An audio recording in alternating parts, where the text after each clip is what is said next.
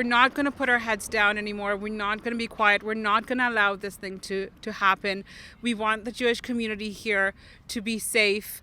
And we're hoping to give an example of standing up for ourselves and not allowing these things, to make sure that never again stays never again. David Menzies for Rebel News here in North Toronto. And folks, I'm standing outside Faywood Public School. This was the site of a community walk involving a few hundred people last Friday. They were saying enough is enough. They were tired about an ongoing bullying issue that's taking place at this school. And with more on that, I'm joined by Addie Cohen. She is the mother of the two boys that are being bullied, something that has gone on for months now. Addie, what's going on? I thought schools and school boards had zero tolerance for bullying, but it seems that, well, this school and this school board, Toronto District School Board, they've got a lot of tolerance for bullying. Unfortunately, I find it true. I just want to say that it's not just bullying. It's specifically targeted at my boys who are Jewish, and it has been said to them loud and clear that that is the reason. And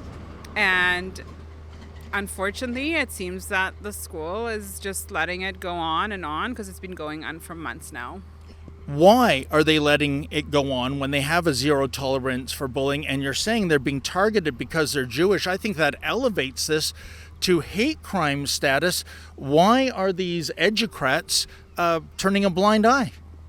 I really can't say. I can't answer that, because we have been turning to the school board, to the principal, to the vice principal, to the superintendent, to whoever we could, and still, on the end of the day, they're saying they're doing stuff. At the end of the day, nothing is changing, nothing is happening. My son is still being subjected to ongoing anti-Semitic hatred by those students, and it reached to a point where it escalated and they threw rocks at him last Thursday. Thankfully, the rocks didn't hit him, but yeah, they could have. That's outrageous. Addie, who are the bullies? The bullies are a few boys that are from Turkish origin, and they're Muslims, and they've been just calling out to my boys saying, we will do to you what Hamas did to Israel. We will kill you. You need to bow down to us. You shouldn't look us in the eye. You need to bow down to us because you're Jewish and we're Muslims, and Jews should bow down to Muslims. This is bone-chilling for me, and we have seen open calls for the Jewish people on the streets of Western cities around the world since the October 7th massacre in Israel. The fact that this is an elementary school, the fact that they're saying that kind of rhetoric, it almost sounds as though they've been indoctrinated at home. They definitely have. They have been radicalized at home. I know for a fact that the mother of these kids, so my son was on friendly terms with with his older brother last year, and after October 7th, he came to my son saying his mother does not allow him to talk to my son anymore because he's Jewish. So these things are definitely being taught at home and being radicalized at home. But I must say that there are incidents that are being enhanced and enforced by the school. So when there was an art exhibition last week for art display at the school took no effort to stop lies that are being said, such as Palestine is going through ethnic cleansing and that they're going through genocide. So I do understand that the teachers have no control over what the kids are taught at home, but it is definitely the school's responsibility not to allow these lies and propaganda and this hatred to be embedded into those children and be enforced inside school property. You know, I have to ask this question, Addie. If the roles were reversed, if this were a situation where a couple of Muslim boys were being bullied by fill in the blank, would there be more of an outcry? And I don't have to speculate on that. Several years ago here in Toronto, we had a situation which became known as the hijab hoax, which was about a girl saying that she had her hijab sliced by scissors by an Asian individual. It proved to be a complete hoax, a complete fabrication. But not before the Prime Minister himself, Justin Trudeau, got on a plane, flew to Toronto to denounce it. And here we are. There has been some politicians that took part in the march. Local councillor James Pasternak, independent MP Kevin Vaughn. I notice this is in the writing of Yara Sachs, who likes to get cozy with terrorists like Mahmoud Abbas. Has she said anything to denounce this hatred and bullying here? I wasn't contacted by her, so I have no response about that. This is absolutely staggering. What are the further steps that you can do? Because I believe you're well off enough to have your children go to a private Jewish school, but the reason you enrolled them in Faywood was so that they could experience a typical Canadian school. I guess careful what you wish for given the outcome. That is definitely true, but unfortunately, this is just part of the Canadian kind of experience that I feel like Jews are getting everywhere. So definitely careful what you wish for, but it is unfortunately the Canadian experience at this time.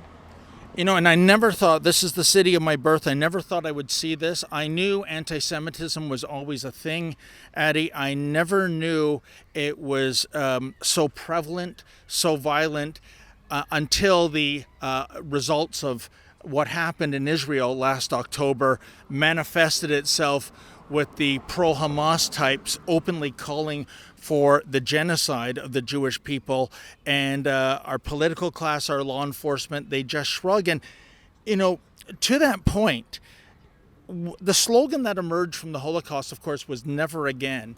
And I think there was always a conceit in the Western world that, well, that was a fluke what happened in 1930s Germany. That could never possibly happen in the 21st century in a Western city. And yet we're seeing it, aren't we? Absolutely. I remember myself as a teenager or young adult trying to understand how could that have happened, right? How could things have, how could people let that happen? How could the Jews not stand up for themselves? How could just people stand by and watch these things happen? And you know what? I totally get it now. I see it happening all over again. And I believe that the only reason that we're not heading to a second Holocaust as of now is the existence of Israel. Otherwise, I'm sure that, unfortunately, I wouldn't be surprised at all if that's where the Jewish community would have been headed here and other places around the world. It's so disturbing. We see so many people out on the street actually denying the Holocaust as they try to manufacture another one. Addie, tell me about your boys. What are their ages and how are they dealing with this harassment and bullying? My eldest is 13. He's a ninth grader. It's been very difficult for him. He's been feeling that he's constantly targeted. He's feeling that the school is not supporting him, that they're continuously trying to sort of put shared blame on the incident on him as well.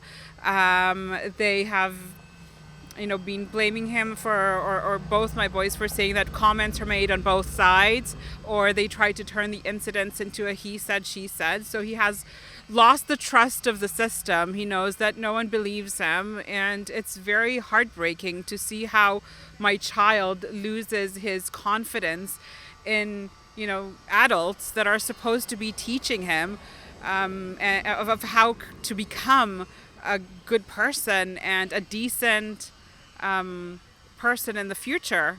But it's been very difficult. And my other son has been transferred to a different school, to a Jewish school, due to other incidences of bullying that it was just too much for him to handle. This is despicable. There are no other words.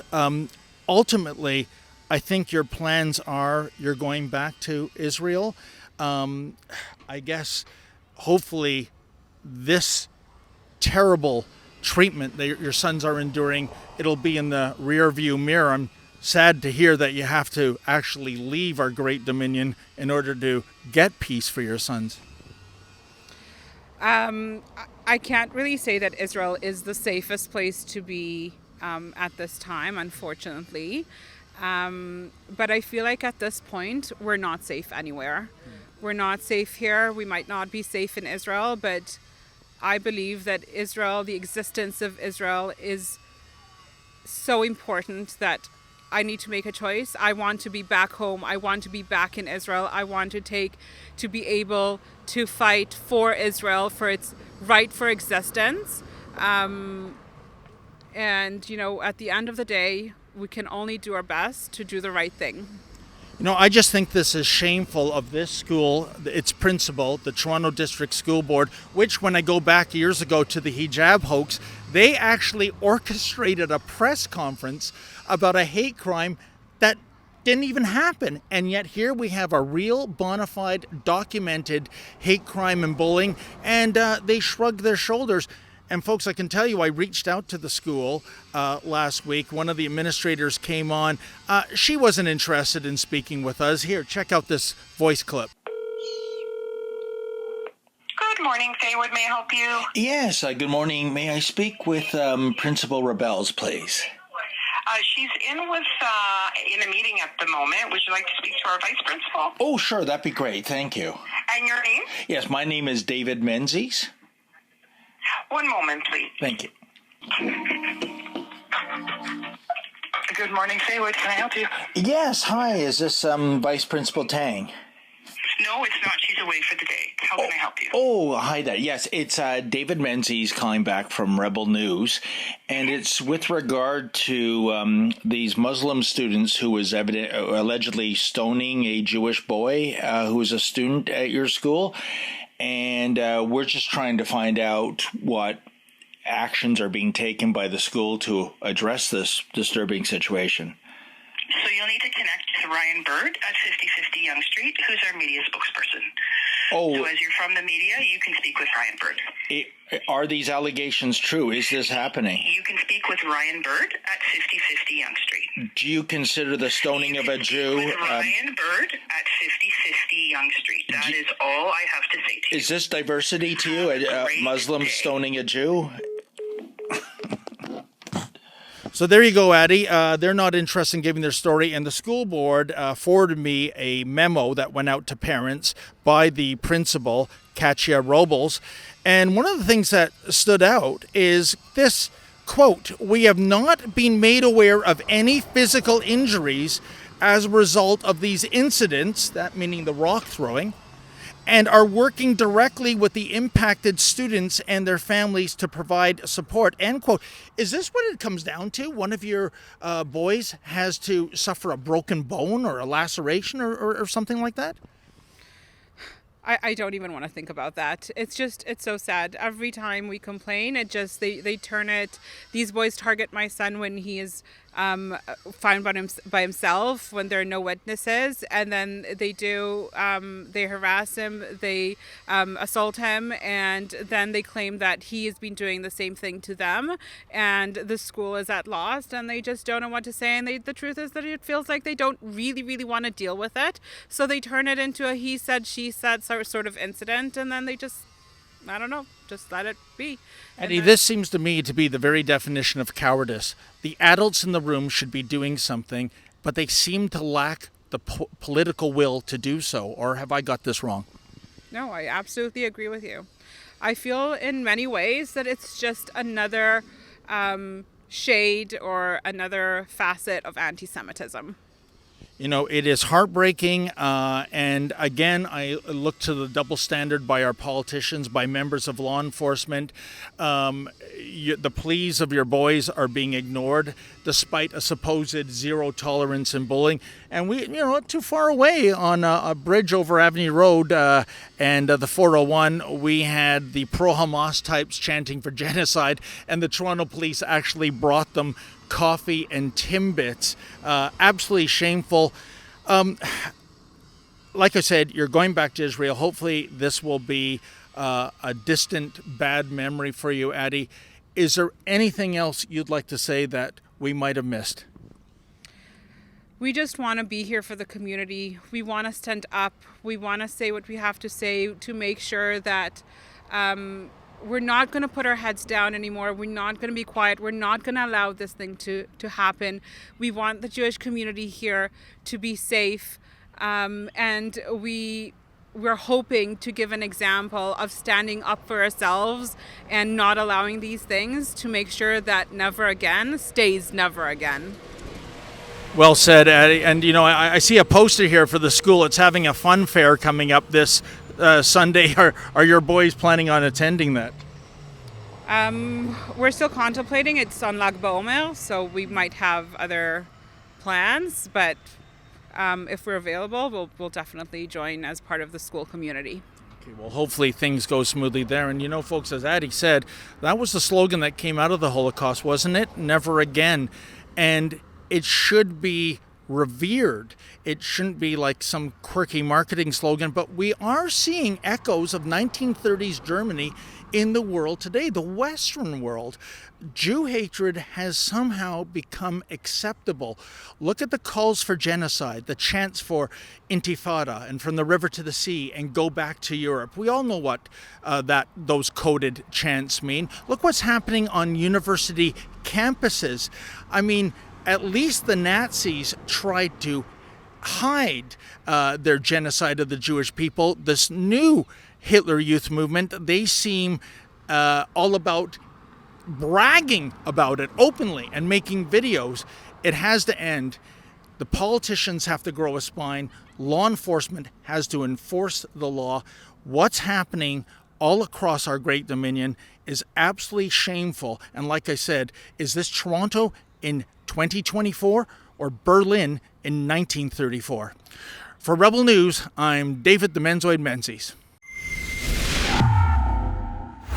Well, folks, it must be the summer-like heat because it's pretty quiet here. And I guess we should count our blessings, because when it isn't quiet, typically people in this encampment are chanting for genocide. We've had enough of that. A lot of the people doing so, they're not even Canadian citizens. They're on visas. They're foreign students. If you feel like we do, please go to deporthamas.com. That's deporthamas.com. Sign our petition and tell people that bring hatred to our great dominion to pack their bags and get out of town.